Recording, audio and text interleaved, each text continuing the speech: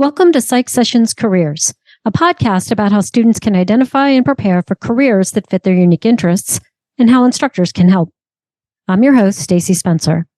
Whether you're a student trying to figure out what you'll do with your undergraduate psychology degree, an instructor who's looking to add to what you're already doing to support career preparation, or an instructor who wants to help but doesn't know where to start, these conversations are for you. Let's talk about careers.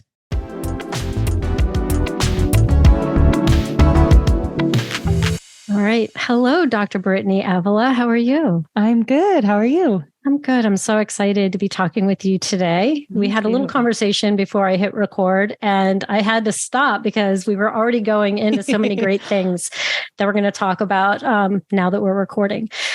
I just want to do some of the background. You're at the University of Nevada, Reno. Did I say it right? Because Nevada. I did. I got it backwards. And I was so sure I was going to get it right. University of Nevada, Reno, in the Department of Psychology. Mm-hmm. You're a teaching assistant professor and academic advisor. Yes. Okay. And you are also the faculty mentor for the Psych chapter on your campus. Is that right? Yes. Okay. Very good. So you're busy. Yes. And as of this coming July, I'm also going to be the Western Regional Vice President of Psych too. So, fantastic. Even more stuff going on. Very nice. Very nice. Yeah. So you have a website that's dedicated to helping students succeed. Yes. And through that website, people can connect to a podcast you have called the Career Journey Podcast. Is that correct? Yes. All right. I mean, I know the podcast because I've listened to recordings. It's just the name of it I wasn't quite sure about. You also have a YouTube channel? It's slim right now. It's slim. But we're working this summer. I'm actually trying to recruit a local business to record some like advising related videos that I can put up there. Because I tried to do some myself and it just wasn't looking good enough. So I'm hoping later this summer, we can get it up and running a little bit more. So it's low right now on content, but hopefully it'll get there. And the goal for that is a little broader. It's not specifically career related. It's just general student success across the board, all of the different things we want students to know about. Yeah. So I do a lot of different types of student success. So it'll kind of all be in there in different like playlists. Excellent. Excellent. Yeah. And you've also curated links to resources to support student success. So I was looking at those. You've got some really great links in there if anybody is looking for a one-stop shop to go to find some links that you might share with students. So we have a few things in common. And this is why I'm so excited to talk with you. We're both first-generation college students. Yay. We both have PhDs in experimental psychology. Okay. Yours is cognitive development. Am I correct? Yes. I started off in language and cognition and then moved into social and personality psychology. Oh my gosh, I went the opposite direction. I started my master's is in social. And then through happenstance, I ended up in a developmental lab and then went more language and cognition. That's funny. Well, for me, the interest in research started with, I thought I wasn't a very good student and I was fascinated with memory. I thought if I understood memory better, then I could be a better student. And you can. Yeah. And it's funny, full circle, coming back to thinking about teaching and learning and how I can tap into some of those concepts from that time.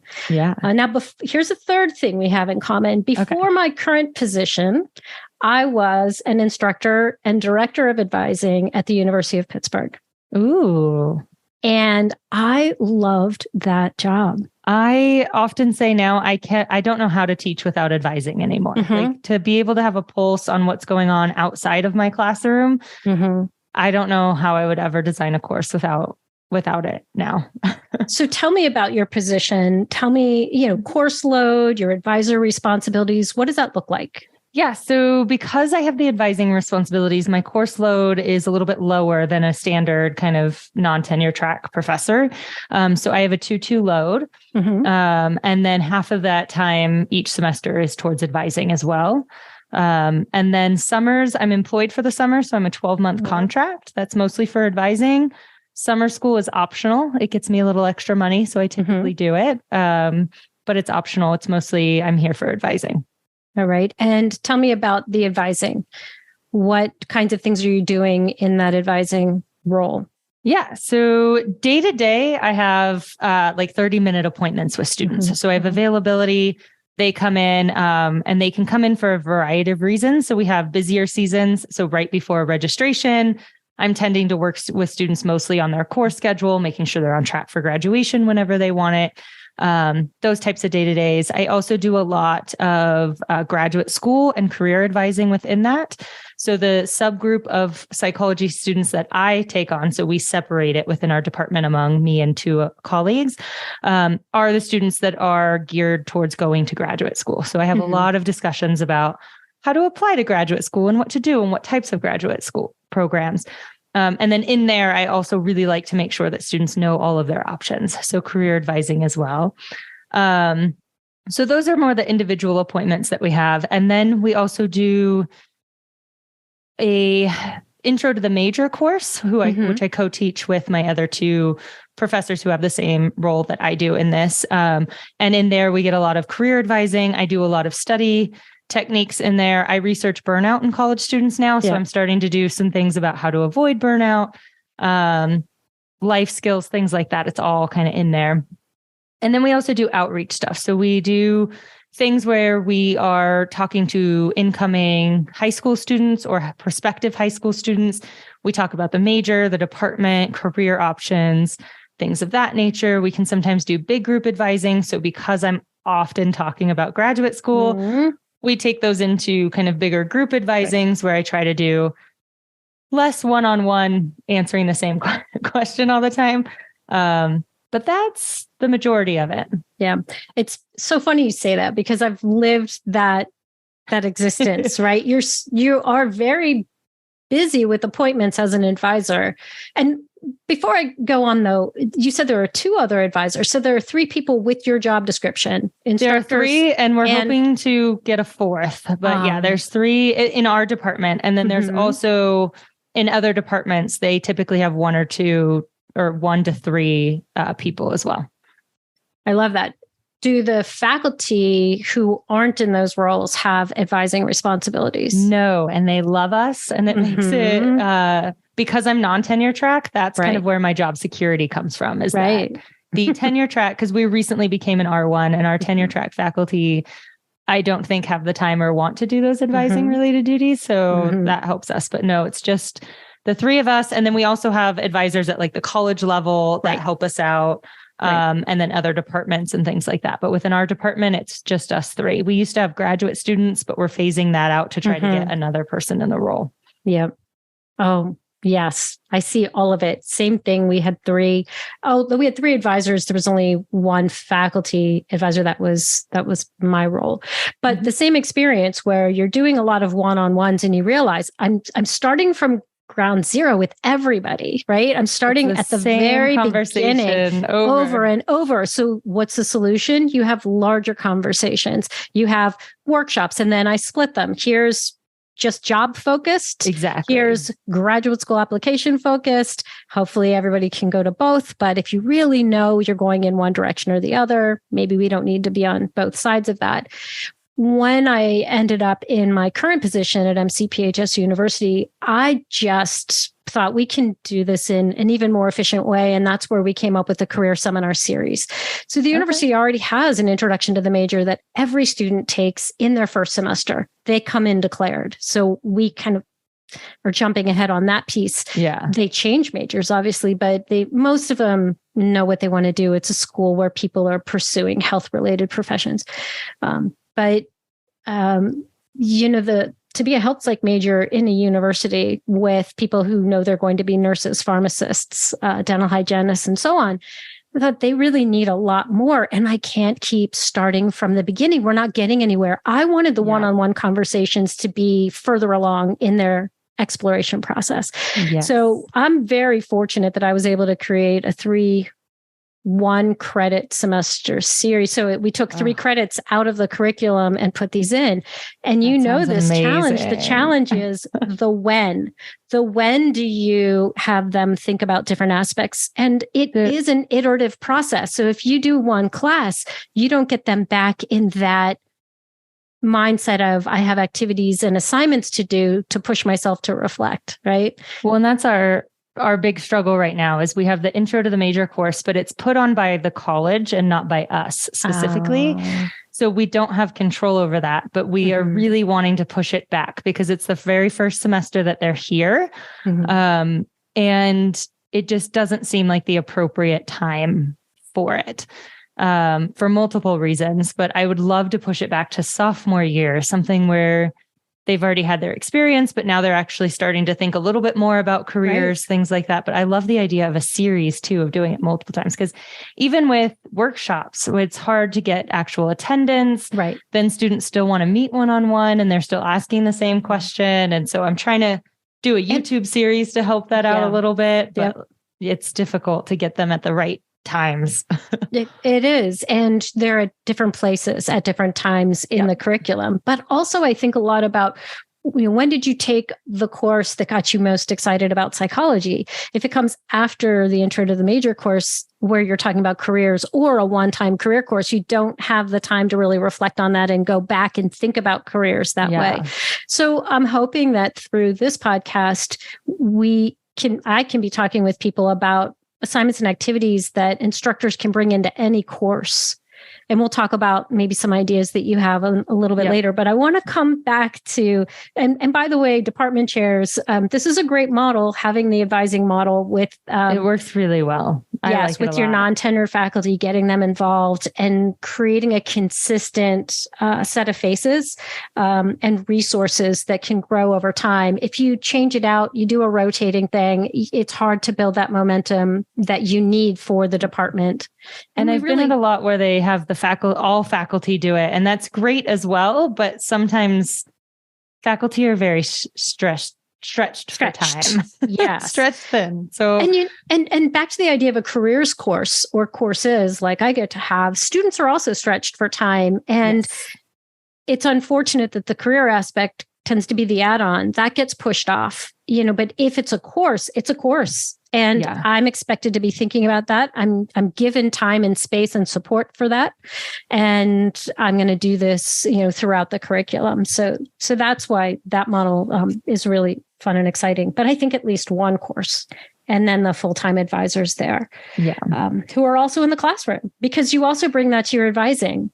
I advise in my classroom all the time. In all of my classes, I'll stop class and I'll be like, wait, what are you concerned about right now? And we'll just have advising sessions for 20 minutes and letting them know. And then students are like, oh, I can come into advising because it's not mandatory after a certain time here. And so I use it basically as a marketing strategy to get them to come.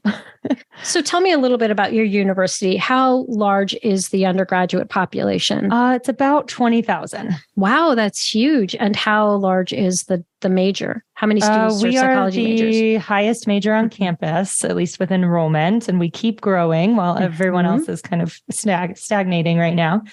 At any given time, we probably have 1,000 to 1,200 majors throughout, freshman to senior.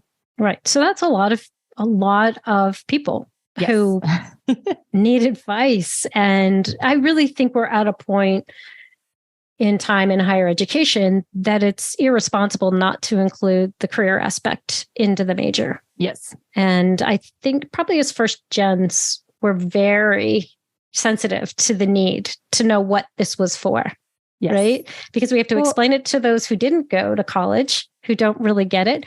But we also want to make sense of it when it, I don't know how you feel about this, but it isn't essential for everybody to have a bachelor's degree. So we want to make sure if they're I'm right on track. That's a whole other podcast. That's exactly a whole other podcast. But for me, especially with psychology, because psychology is so broad, and this is something I'll share a little bit later when we talk about different activities that I do with students, but psych departments get very narrow because we have to, right? You can't study everything available to psych in one department. So you study 2, maybe 3 big things in each department. And then what I've noticed with students is they think that's the entirety of it. They're like, I can do these 3 things. And I'm like, no. There's billions of other things you can do out there. There's things outside of psych. There's things inside of psych. There's things all over here. And so I think that it's like you're saying, it's irresponsible not to let them know about all of the opportunities. I mean, I can't even let them know about all the opportunities because I don't even know all the opportunities. That's right. There's so much and it changes every day. But like you were saying earlier, is letting them know the process of how to find what they want to do. Because within careers, there's always an underlying thread of kind of what you want to do, that you can do that thing in multiple different options. That's right. So the biggest thing students always say is, I want to help people. Well, you can help people in every industry. I mean, you can literally help people selling frozen yogurt, right? So like, in what way do you want to help people? And then in that, again, you can still do that in multiple different formats. It doesn't have to just be one thing. And I find students are very scared and anxious because they kind of think they have to plan forever. And my biggest piece of advice is you're planning for the next couple years, not for your lifetime. That's right. So what job do you want to do next is all you have to think about. Because they're like, how do I decide for the rest of my life? And I was like, that's too much pressure. But they are getting that pressure from the outside. Yeah. That there is this funny process that is, you should go to college. If you want to have a good, happy life, you should go to college. And then they get to college. You're majoring in that? What are you going to do with that? And then they get a job and it's like, well, did you have to go to college for that? And I don't remember being put in such a defensive space when I decided to go to college and then I graduated. Of course, my mother asked me when I declared, I'm going to be a psych major. So what are you going to do with that? And she was very practical. She was a systems analyst. She wrote in 4 or 5 different programming languages without a college degree. Her employer trained her to do that. And so just kind of that mindset, at the time I did have to justify it, but it's worse now. There's so much pressure. We've forced college on pretty much everybody. And I have strong opinions on this, so you can edit it out if you want, but we kind of forced everybody to go. And we really dissuaded people from trades or things like that. And my biggest thing right now kind of informing students about is a little bit more economically about the money. Because I have so many students that come into my office saying, I'm going to graduate school. And I say, well, what do you want to do after graduate school? And they're like, I have no idea. I just know that I need to go to graduate school. And I'm like, well, why do you need to go to that's just the next step. Well, it's not the next step for every career move. And it can really inhibit you. It can make you overqualified. It can put you into a job where you're not making very much money. And I think because of that pressure that you were talking about, that you have to go to college, that you have to do this, there's now this mindset that the more education I get, the better off I'll be, the more money I'll make, the better career I'll have. And I have to really, I also thought those things, right? Yep. I mean, I did a PhD just because I'm obsessed with school and that's the only place I wanted to be. But had that not been the case, I probably still would have pursued a PhD thinking, well, that's what you do in psychology. And then here I am not making enough money to kind of survive in the economic climate right now. And so that's a big thing where I'm trying to talk to students is you can actually make more money in a trade. My brother makes double my salary working in pest control with only a high school diploma. And so more education doesn't always equal extra money. Sure, it does. People with bachelor's degrees tend to make more money on average, but that's not always the case. And so that's really where I get kind of motivated personally as like, you don't have to get a PhD just to make money. You don't have to do these things. You can go into user experience research and tech with just your bachelor's and already incoming make double my salary. Right. And so it's really about those honest conversations that I tend to have with students of like, there's so many different options. And obviously money is not the only reason to choose something, but it is a factor. The economy is terrible. So you want to think about different options and different ways to think about it. And, even within graduate school, different ways to approach money and thinking of it and just trying to tell them. It's a lot. And it's a lot of information. Well, you have 3 of you and you can kind of specialize to some degree. So you're focusing on specific pieces, but even still you're having those same conversations. And then a new group comes through in the next year, but I still get so energized by it. I think you share that passion. It's like, no, this is something that we can do. And I feel like one of the things we need to give them is the ability to articulate it themselves. They need to be able to tell other people how their major is serving them in whatever they do.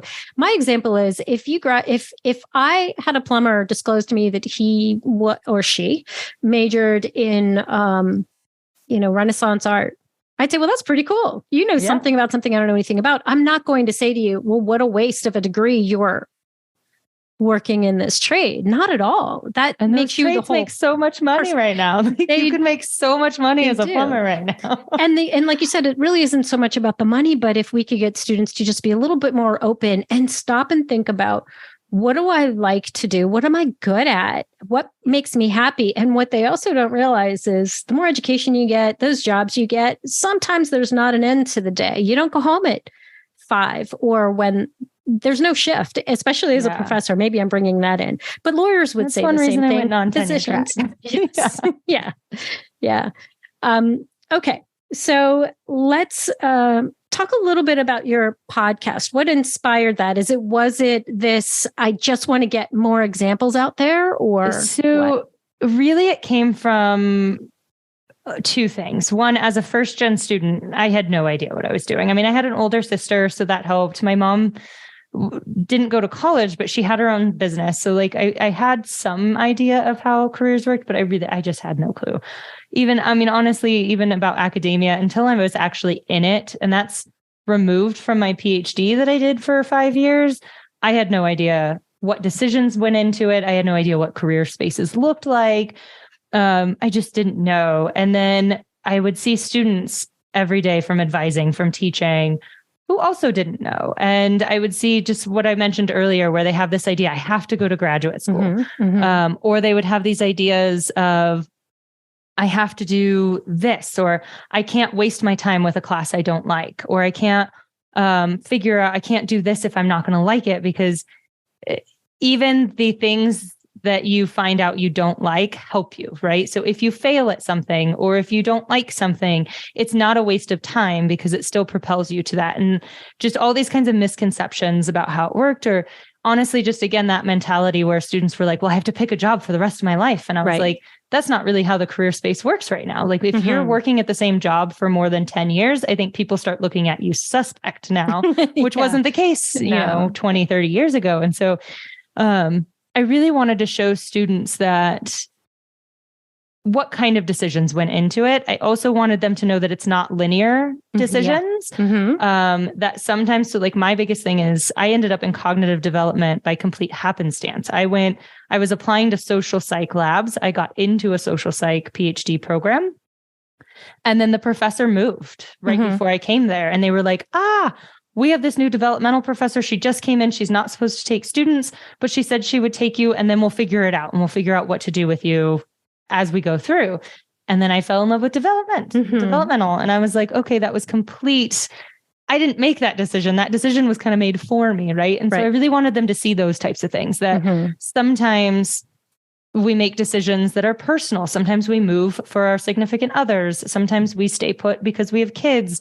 Sometimes I had one of my friends came on the podcast and she said, well, I chose this program because it was the only place I could find somebody that would rent a house with my dogs. Right. So like these things that students were just so scared. They're like, well, I can't. They would always say, well, I can't talk about money, right? So like, it has to be my passion. I can't think about money. And I was like, that's absolutely like not true at all. Right. Like, you have to think about money. And so that's kind of why I started it, was just to show them through stories, because we know from psychology that stories work better than telling. Yes. And so I really wanted to show them that there's so many things that go into decisions and careers, and that you can jump around, and that you're not going to start necessarily in the same place, or that maybe you do. Some of my guests definitely did, but some didn't, or that you don't have to know. I still don't know what I want to do for a living, and I'm doing it, and so I just wanted to show them, I guess, all the messiness that goes into it, all these things that I think students kind of have this idea, or I thought they had this idea, that it's very prescriptive and you're just supposed to know, and you're supposed to go in, and then you're supposed to do that forever.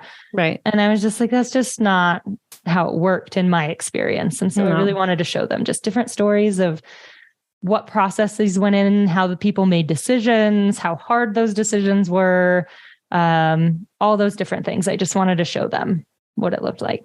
Yeah. And the more stories you hear, the more you see that theme at one point in my careers course, I invited the faculty to come in and tell their stories. And students wrote reflections after that. What did you take away? What kinds of things were interesting to you? What might you follow up and ask them about in another like one-on-one conversation? Oh my goodness. Most of them were in a panic hearing that it wasn't a straight line, that we all were on these windy paths and got to where we were, because they thought, well, when I'm done with school, then I start my life, my career. It's a one thing. And we do know that it's not like that. And it wasn't like that for us. And for me, I came in to the professional world at a time when people did stay. It was expected you would stay with an employer for a long period of time outside of academia, that you would be doing that. Yeah. I just want to say that podcast just serves such an important role, because it does get to two things. One is what can you do with this major? And the other is, what does it look like when you're navigating life after you finish your bachelor's degree? And I'm guessing they're also hearing a lot of examples of people who didn't start graduate school right away, because we know we have that problem that they think, well, if I'm going to go, I have to go now, because otherwise I will lose momentum. And I say to them, if you're going to lose momentum, then you shouldn't be going to that graduate program. I get that a lot. People are like, what if I never go back? And I was like, then you weren't meant to go. Like, then you didn't. What if I decide I don't want to go anymore and I want to do something else? Then that's what you decide. Like, there's nothing wrong. That's a good thing. That's a good thing. Yeah, like then you shouldn't go. I mean, I do get the parental concern of, if you get caught up in your life, outside of work, how will that influence you? And I think parents don't want their children to have regrets looking back. And so a little caution is probably what they're hearing as more of a thing, that they need to worry about. I remember when I was young. And so when I was in junior high, this is going to date me, but Kobe Bryant was trying to go into the NBA, and everybody, there's this huge conversation about half of the people were like, he should skip college and just go straight into the NBA. And then there was this huge proportion that were like, you can't miss college. You have to go to college. And then you have to do college first. And I just never understood that from then. And even now, like working at a college, like college is always there. You can go to college at any age. You don't have to be 18 to be in college. Like, if you're going to be able to make money, it's going to make college way easier, especially right now with the ridiculous pricing that it is, and the loans and all of that stuff. Like, if you can go and make money for 4 years in the NBA or whatever it is you're doing, do that first and then go to college. Like, college is always going to be here. Graduate school is always going to be here. Like, yes, there might be some hurdles and things like that you'd have to do if you took some time off, but I don't know. I've just never been under the impression that you had to go. No. And I think that assumes an ideal of the college experience, which isn't the real of the college experience. Especially not now. Not now. How many students are trying to work while they're students? They're not going away and hanging out. Some will. They'll go and they won't have those extra work responsibilities, but most are very involved. And a lot of them are carrying some of that pressure from middle school and high school, where you have to have your hands in everything. I have to be volunteering. I have to have a job. I have to have an internship. I have to then take these classes. On students right now kills me. I hate it. And we won't even go down the path of the student athlete and what a responsibility. Oh my gosh. It is 2 full-time How they jobs. Even survive? I have no idea. Yes. People think it looks so luxurious. It's not. Horrible. So I would agree with that. So let's go way back to kindergarten. Okay. Did you have a kindergarten career day? Do you remember? Think so. Not that I remember. I remember certain things from kindergarten, but I don't remember a career day. I think like we would have dentists and stuff come in, but that was mostly to teach us like our things. And like, I think we talked about other kids' parents and what they did, but I don't remember. But you didn't have to come in and declare what you were going to be when you grew up. Oh God, no. I think when that's is the first time you remember somebody asking you what you were going to be when you grew up? I mean, it's constant, right? Like people ask you that from being a kid. What do you want to do? People ask my kids now, they're 7 and 5. And I'm just like, stop asking them that. And so like my kids will freeze and I'm like, tell them you want to be happy. So horrible. But yeah, and then I bet people say, oh, she's a psychologist. Your mother's a psychologist, right? She's crazy. But it's so true. Be happy. Yeah. Go on. I'm sorry. I do remember people asking. I remember I grew up in a very like sports minded school area. And so people would always ask me like what I did for extracurriculars and what I wanted to do. And I was not into that. And so I just remember always being like, no, I'm more of an indoor kid. And then people would kind of be quiet. Yeah, I can imagine. That's a whole nother kind of pressure. The reason I asked is because I talk a lot about the disconnect between occupational titles and job titles. And what happens when you start asking children too young is all they know are occupational titles. And those things typically come with an outfit, uniform. Dentist. Yeah. And tools. Fireman. Exactly. There's something that you could dress up in kindergarten and be that thing. And yet most jobs out there have job titles, not fancy or highly recognizable occupational titles. And so job titles tend to be really confusing. They're what the employer came up with to identify this position, but they don't communicate a lot of information about what that is. They're different. So even if the same job in different companies, they could name them different things. Like even with professors, we're all named different things, especially on non-tenure track. Yeah. And what does that even mean? Oh. Or they use the same name to mean different jobs, or they have the same name and it's different. Or they just make you do applications. Extra work. Yeah. Right. So tell me, how do you address that misperception that you can't do anything with a bachelor's degree in psychology? I love that I love busting that misperception. Mm-hmm. To be honest, I really just have conversations. Again, I put it into my classes. I put it into the advising. I talk to when the high school students come, we have the first slide is here's the myths. Here's what you can do. And I just bust out and I use the most flashy ones kind of first, right? And so I say, with a bachelor's, here's the things that you can do. I really love starting with a bang where I just tell students, did you know that your major actually doesn't matter in the workforce? And obviously with some majors, it does. You cannot go into engineering without an engineering degree or med school or things like that. But with a psych degree, in business, in tech, in the tech world, in other areas, in entrepreneurship, in all these different areas, nobody cares what your bachelor's actually is, right? They just want you to have a bachelor's. Or in the tech field, it's, you can have a bachelor's in X, Y, or Z. Doesn't really matter. That's right. As long as you have something closely related. And then students, I feel that kind of grasps them, or they're just like, wait, what? I've spent all this time deciding on my major and even their minor. And I'm like, nobody cares about your minor. Nobody will ever ask you about your minor. And they're just like, I don't understand. Because that's what they've been told this whole time. You go to college, you major, you do the career.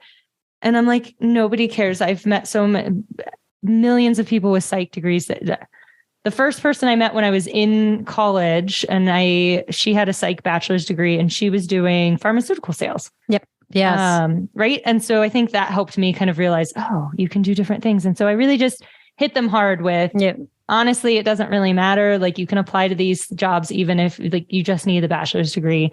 And then I show them, I break down different things. So I have different kinds of conversations, but mostly I'll be like, hey, I was looking into this user experience research last year because I don't make enough money and I was thinking about a different job. And lo and behold, you can make double my salary with a bachelor's degree. And all you have to do is do this. And so I'll kind of, I think letting them know that hidden side that wait, you were thinking about that? Right. Yes. And I did these LinkedIn learning classes and I looked at this and I looked at this book and then I looked at these job titles, and I'll tell them, go to Indeed and look at, different types of things and whatever you can find. And then do pro con lists. What do you like about it? What do you not like about it? What's that underlying theme?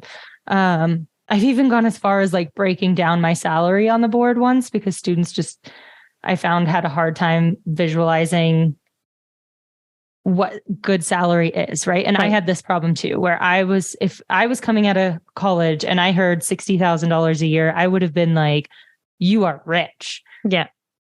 And so I had to break it down where I was like, okay, well, with $60,000 a year, here's what I actually bring home after taxes. Here's what I bring home after parking and, healthcare and all that stuff. And so here's what I have each month. Now let's go on, rent.com and see what average rent in Reno is. Oh, that's more than my paycheck. Right. And so kind of breaking down different things, I think I guess that transparency of kind of what it really looks like behind the scenes is where I spend a lot of my time of just, there's so many different things you can do. There's so many different areas, and what you think this job looks like might not always be what this job looks like. And so I'll build that into different assignments I have in different classes, and really just kind of having these conversations of here's all the different things. And I'll show them like, here's tech, here's business, like you know, here's Indeed, here's how you look for this, here's Glassdoor, here's all these different websites you can kind of go through. Yeah, for me, one of the most powerful assignments that I believe that I give is to have students look at bachelor level jobs, the next week master's level jobs, and the next is doctoral level jobs. And they're not allowed to put psychology in the search at the bachelor's level. And I explain why. It's because employers really don't care. What I tell students is, and I wish they understood this in high school, especially if you're choosing a liberal arts type of major, it's really the topic that you want to learn about as you're developing the skills that employers value. So it's kind of, you're choosing that sandbox to play in while you're working on your critical thinking and your communication and getting used to different forms of technology and so on. And the first time I gave the assignment, I was a little nervous. My class was Monday morning at 9, and I thought, oh, they're going to be so angry with me. It's a 1-credit course. And I had them on this search. They were talking a lot when I came into the classroom, and I thought, oh no, this is it. They're going to tell me that was an awful assignment. They loved it. Oh my gosh. What it does, and you know this, is as soon as they look at the job descriptions themselves, huge relief, because they see these are the things that I've been working on. This is what employers are writing about in the job description. They're not expecting me to come in with this wealth of knowledge to do the job. That part of it's going to come with the job. They want me to be able to do these things. And they may ask for years of experience, but I see that as when you look at a job description, if that sounds like a great job, contact that employer and ask, do you have a volunteer or internship program? I'd really love, do you have a lower level position that I might be able to do part-time as a student or do in the summer so that I can get some experience? Because that sounds like a great job I'd like to have one day. And then also, what are the courses and what are the skills that I've been putting off? I avoid the courses that push me to do something that I'm less excited about, but I'd really like that job. So I should probably spend my time now working on some of those skills. It is the biggest eye opener for them. And I'm telling you, the blood pressure goes down. I can see it. They just come in relaxed in a way that is really, really powerful. When I think that's the disconnect, is that they hear a lot of big picture stuff. You have to go to college, you have to do this, you have to get a job, but they don't know the nitty gritty of looking for a job. Like I have students that I recommend Indeed and they're like, oh, I can just look on job sites. And I was like, that's where you're going to look. Right. Right.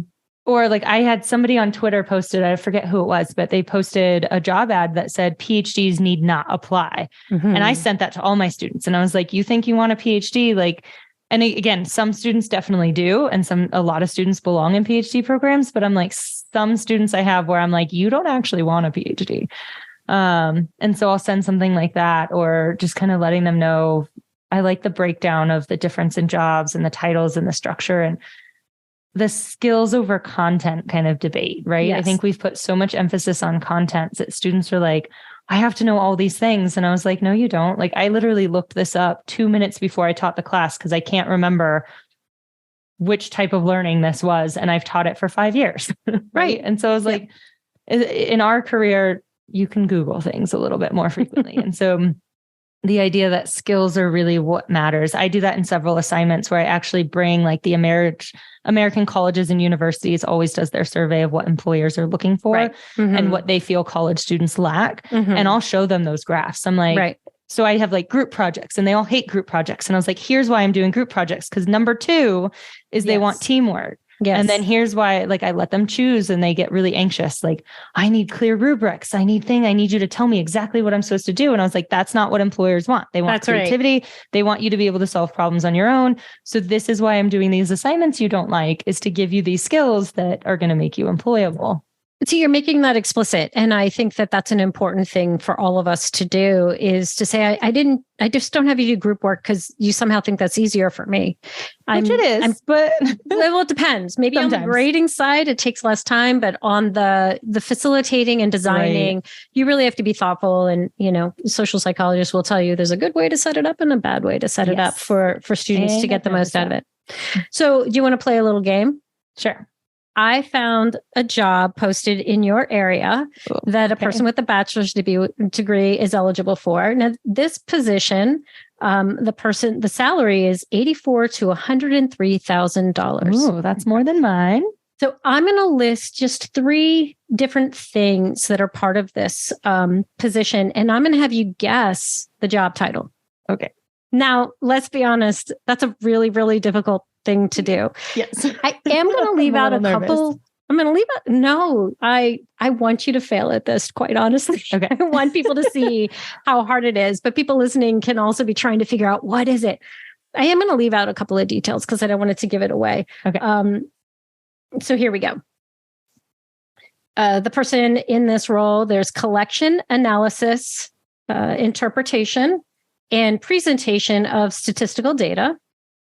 They will prepare clear and concise reports and presentations, and they'll conduct citizen surveys and assess public opinion on some very specific topics. Okay. I'm going to guess data analyst at maybe a government position. It is a government position, and analyst is in the title. So I'm going to add a couple of details. Okay. One of the things they're going to be looking at data for and surveys, the public opinions are regarding law enforcement operations.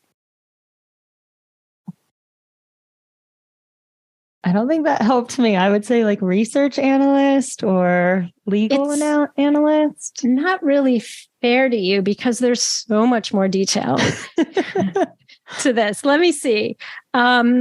It sounds good for my criminal justice dual majors. That's right. Let me see if I can find one.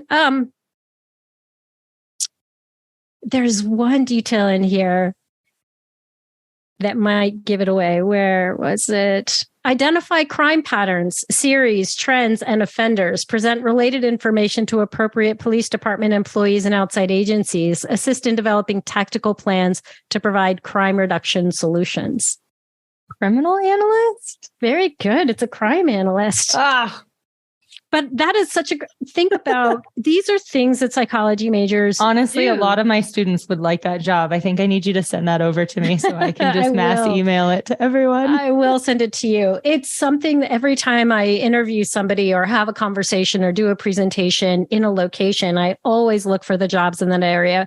And I'm always so excited to see the kinds of things that are out there. I have a lot of students who say they're interested in forensic psychology or criminal psychology. And I ask them, what does it mean to you? Because we know the word forensic or the job title forensic psychologist is very specific. Yeah. And it is way more clinically oriented than normally what they think. Yeah. Yes. And so when they can find it, and by the way, the FBI is almost always posting something to hire analysts, behavior analysts from a variety of majors. And students will say, oh, you can never get those jobs. It's untrue. It's not true. Yeah. I know people who have gotten those jobs. So we have a behavior analysis program here, but more the autism behavior analysis. And it's so hard. We've tried to rename it. We've tried to do all that stuff. But the fact that those two have the same name is very difficult right now. It's very, very tough. Okay. So one thing I would love is to have a takeaway for faculty who are listening, instructors who want to support career exploration and or professional development in their courses. So what's a simple way that you think that faculty could do something in the courses they're teaching or through their advising one-on-one with students? So the hard part about this question is I think there's a million things you can do. The biggest thing is just have the conversations. I remember in my undergrad experience, a professor took the day and he's like, we're going to talk about careers, and like listed things on the board. And that helps tremendously. But I know earlier you asked if I had like an assignment in class that people can use. And this is one of my favorites. I do it in my history of psych class. Essentially what I do is I take different areas of psych, and specifically areas of psych that I don't think students have heard of, especially at our university. So we focus mostly on neuroscience, behavior analysis, and clinical. So I will take other areas. I take like health psych, educational psych, IO, human factors, engineering, all these different things, right? And so I take different ones. And then I take like 3 big questions, research kind of questions that each program might ask. So I typically take them from like big studies. So like human factors. How do we make sure that the Boeing 747 doesn't crash every time people take? You know, that one is like a big one from kind of human factors research. So I just take like the top 3 questions that have research backed on it. And then I set students into teams and I give them each team one area of psych. And then as a team, they get to pick one of the 3 questions, and then they have to try to solve it as a psychologist. So what types of research would you do? How would you set up a research experiment? What type of factors go into this? What type of things do you have to consider? And then I'll walk around and they'll have like these big ideas. And I was like, yeah, but what about like this frustrating thing that you experience in research, right? And so they're working through the different problems. And then they do that for about 10 minutes. And then we switch. So they see each of, 10 different areas of psych, whatever you kind of have time for.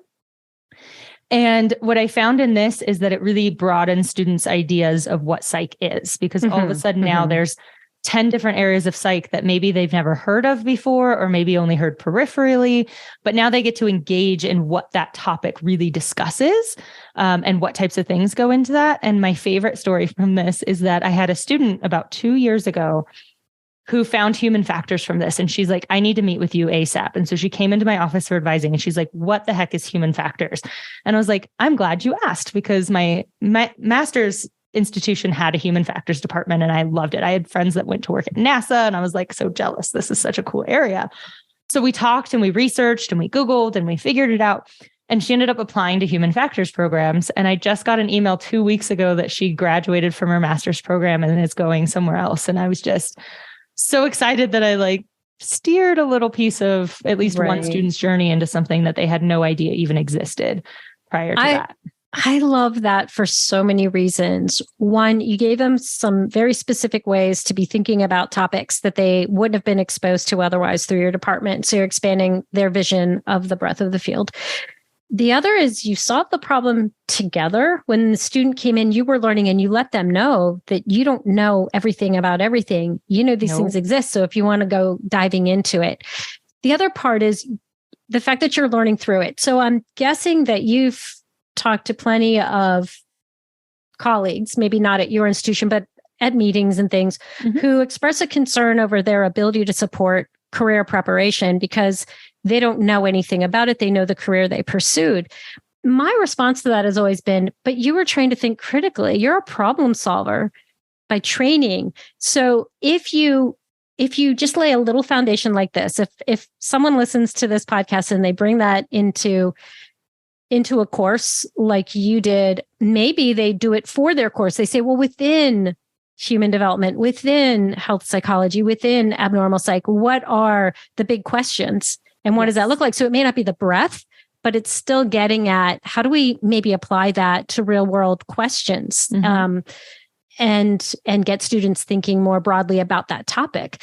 But I also just make sure people know that if you engage students in this conversation and you hear what they say and you help them solve the problem, you will learn so much about the different careers out there. You don't have to be the expert. I've learned a lot, especially like clinical psych. A lot of our students want to go. And so I've learned a lot. But our biggest thing as educators is just to show them where to look. I say that I spend the majority of my time just teaching students how to Google, right? How do you find information? They don't even know they can use Google. They think it's cheating or something. And I was like, no. I remember when I was in my master's program, I was doing jobs outside and I was tutoring a lot. And I went up for this job and they were like, well, what if we need you to tutor somebody in Spanish? Can you do that? And I don't know any Spanish. And I was like, you know what?